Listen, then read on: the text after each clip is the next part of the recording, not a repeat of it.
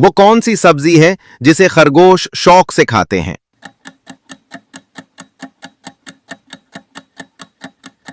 सही जवाब गाजर।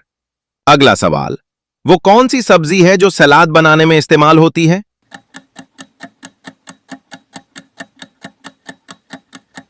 सही जवाब मूली।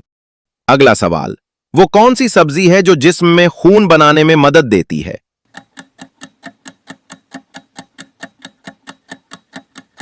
अपनी ज़हानत से इसका जवाब कमेंट सेक्शन में दें।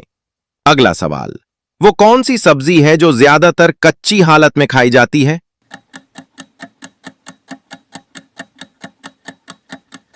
सही जवाब खीरा।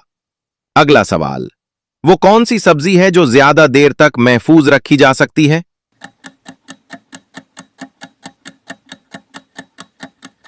सही जवाब आलू।